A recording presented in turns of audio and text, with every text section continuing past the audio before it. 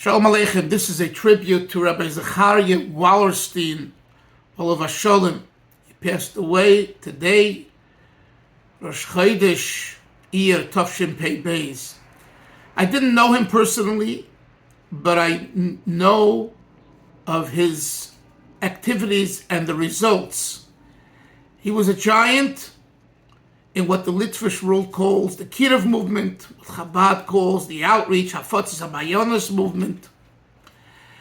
And as soon as I heard the news, I became very sad, and at the same time, I felt a responsibility to the Jewish people to talk about this, what he did for Klal Yisrael. And what he did was he put himself on the line, and he went out of the box for the Jewish youth, boys and girls, who weren't conventional in their learning and davening and doing mitzvahs. For whatever reason, they couldn't sit still in a classroom, and many yeshivas and girls' schools didn't want to take these students. And Rabbi Zechariah jumped in. Mind you, he was a businessman to the last day. And in the beginning, it was his business which funded his activities. Later, they became so large, so big, that he traveled around the world to raise funds. He was a teacher of Yiddishkeit, of Judaism, of Torah, but he did it in a way of friendship, openness, kindness. And let me give you a few examples. I know someone in our community here in Borough Park who was having a difficult time with one of their teenage daughters, was bounced out of schools from here to there. No one wanted to take her in. Parents were devastated. My wife and I were involved a little bit, and we didn't find the solution either.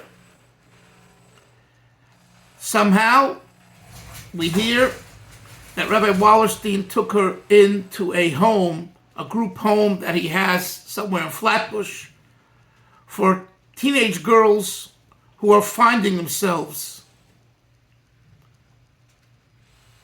Rabbi Wallerstein also opened up in Bethel, New York, it's in the Catskills, a therapy kind of a rehabilitation program for young women, to rehabilitate them, to give them space, to give them an outlet.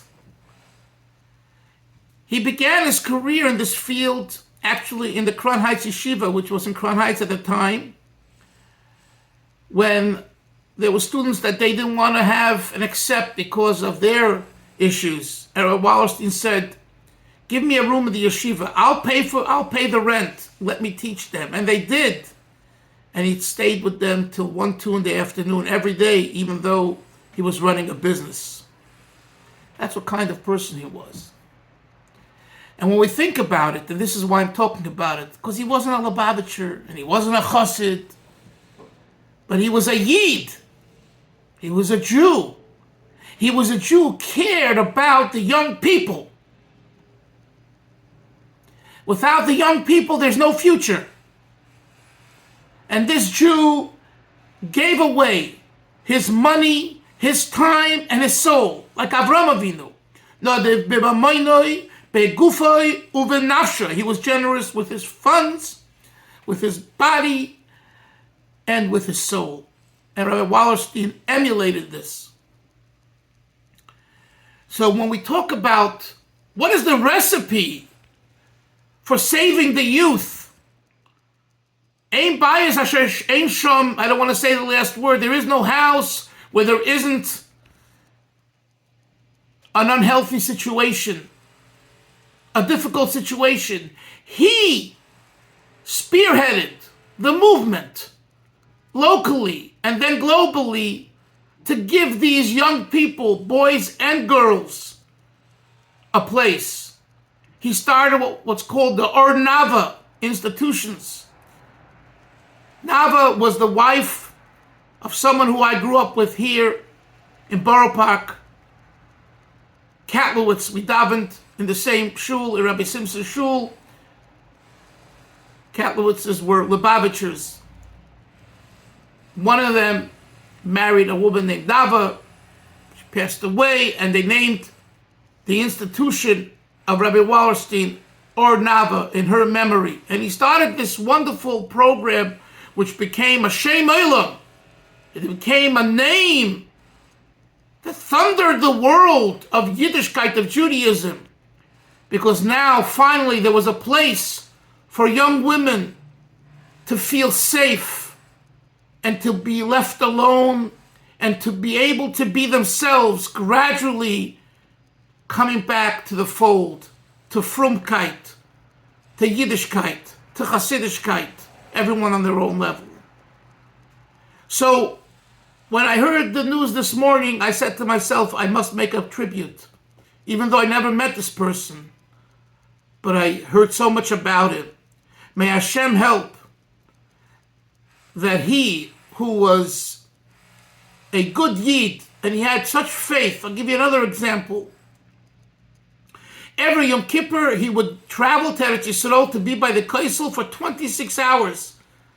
Where did he sleep, he was asked, at night? He didn't. He stayed up.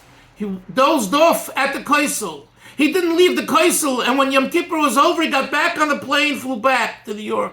He went for one reason, to be at the Kaisel for 26 hours, to daven. Find me someone like that. The ability to combine worldliness. He understood the world. He knew what a nice car is. He appreciated the world. Okay? And that's what made him real. And that's why people were able to talk to him. And the teenagers felt so comfortable with him because he understood where they're coming from. The taivas, the indulgences, the cravings. He understood that. And therefore they understood him. And that's why they were open to him. And he was open to them. And he was able to bring them back and say, you can enjoy the world we're in and yet be a frum girl. And be a successful mother. And there's so many mothers today that have children that are because of his compassion. May Hashem help that the neshama of Rabbi Zechariah Wallerstein should be back with us with Mashiach. There's no question that he's going right into Gan Eden. Not even a question. All the schusim, all the merits that he did for Klal Yisrael are going right with him.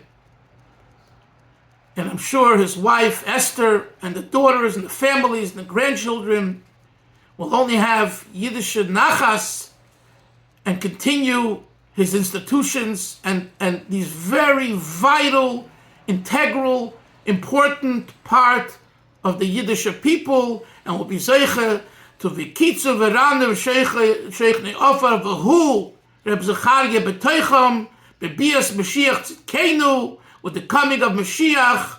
Amen v'amen. Yerushalayim ira kodesh.